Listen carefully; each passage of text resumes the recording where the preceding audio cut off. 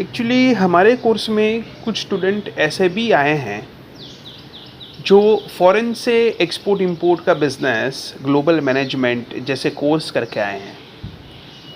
अब आप तो इसमें से एक जन थे जिन्होंने ब्रूनल्स यूनिवर्सिटी में अपना जो एमबीए कंप्लीट किया था in global management, right, international business, ये जो आप कह रहे हैं, इसमें कंप्लीट किया था। फीस है दोस्तों 20 लाख रुपया, और बाकी के 10 लाख रुपए जितना उसका एकोमोडेशन, रहने का, और करोड़पति आदमी थे, एफर्ट कर सकते थे, राइट। तो उनका आप समझिए कि 30 लाख रुपए, 20 लाख रुपए फ़ी, राइट, कॉलेज का, और 10 लाख रुपए एक्स्ट्रा एकोमोडेशन, और बाकी का उनका वहाँ का और भी कुछ खर्चा था, राइट। तकरीबन कह रहे थे 40 लाख रुपए मैंने स्पेंड। तो उन्होंने मुझे बताया कि सर हमारे यहाँ पर सबसे पहले तो रेगुलर सेशन कोर्स नहीं होता है। मैंने कहा तो कितना होता है, मतलब आपको वीक में कितना जाना पड़ता है? तो बस उन्होंने कहा कि वीक में कभी 2 डेज़ होता है, या कभी 1 दिन होता है, या मैक्सिमम 3 डेज़ होता है, राइट। और बहुत कम जो है, राइट, वो सेशंस रहता है जहाँ पर फैकल्टी आके उसको एक्सप्लेन करे। मैंने कहा फैकल्टी एक्सप्लेन नहीं करते? नहीं, उन्होंने कहा फैकल्टीज़ जो है वो एक्सप्लेन तो करने बहुत कम आते हैं, और हमको उससे पहले बहुत सारा वर्क करना पड़ता है। तो मैंने कहा मैं कुछ समझा नहीं, अब ज़रा थोड़ा डिटेल से बताइए कि आपका सिस्टम कैसा है। उन्होंने कहा कि जैसे कोई भी टॉपिक के ऊपर स्टडी करना है, जैसे कि बिल ऑफ लेडिंग है, बीएल, तो वहाँ पर फैकल्टी आके सीधा बीएल के ऊपर भाषण देना शुरू नहीं करते। वहाँ पर बच्चों को बोला जाता है कि देखिए आपके पास लाइब्रेरी है, आपके पास इंटरनेट की सुविधा है, आप अपनी तरीके से बिल ऑफ लेडिंग के ऊपर रिसर्च करें। तो बच्चे जो हैं वो लाइब्रेरी जाते हैं, बुक्स किताब पढ़ते हैं, अपना कंप्यूटर में सर्च करते हैं, राइट, रिसर्च करते हैं इंटरनेट में, और बिल ऑफ लेडिंग के बारे में, राइट, काफ़ी इन्फॉर्मेशन लेते हैं। फिर जो है, राइट, नेक्स्ट स्टेप ये दिया जाता है कि आप उसका प्रेजेंटेशन बनाइए, बिल ऑफ लेडिंग का प्रेजेंटेशन बनाइए। अभी तक देखिए कोई फैकल्टी आया नहीं है। अगर कोई फैकल्टी वहाँ पर आ ही रहा है तो वो सिर्फ इंस्ट्रक्ट कर रहा है कि देखिए आप सर्च करो, राइट।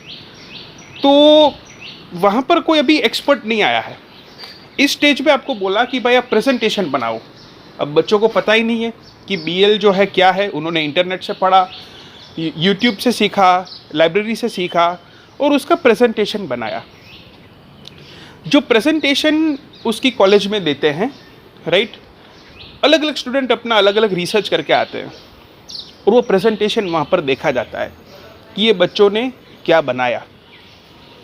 ये बच्चों ने, सभी लोगों ने बीएल का जो अपना स्टडी है, राइट, वो प्रेजेंटेशन बताए, और फिर, राइट, और फिर एक्सपर्ट फैकल्टी आता है और वो बीएल के बारे में समझाता है। यानी कि वहाँ का सिस्टम ऐसा है कि स्टूडेंट को सबसे पहले डीप रिसर्च करना पड़ता है कोई भी टॉपिक को सीखने से पहले, राइट। वो डायरेक्ट अगर प्रश्न भी पूछ दे अपने फैकल्टी को और उसके फैकल्टी को रिसर्च ना बताए तो उसका फैकल्टी उसको एक आंसर भी नहीं देगा।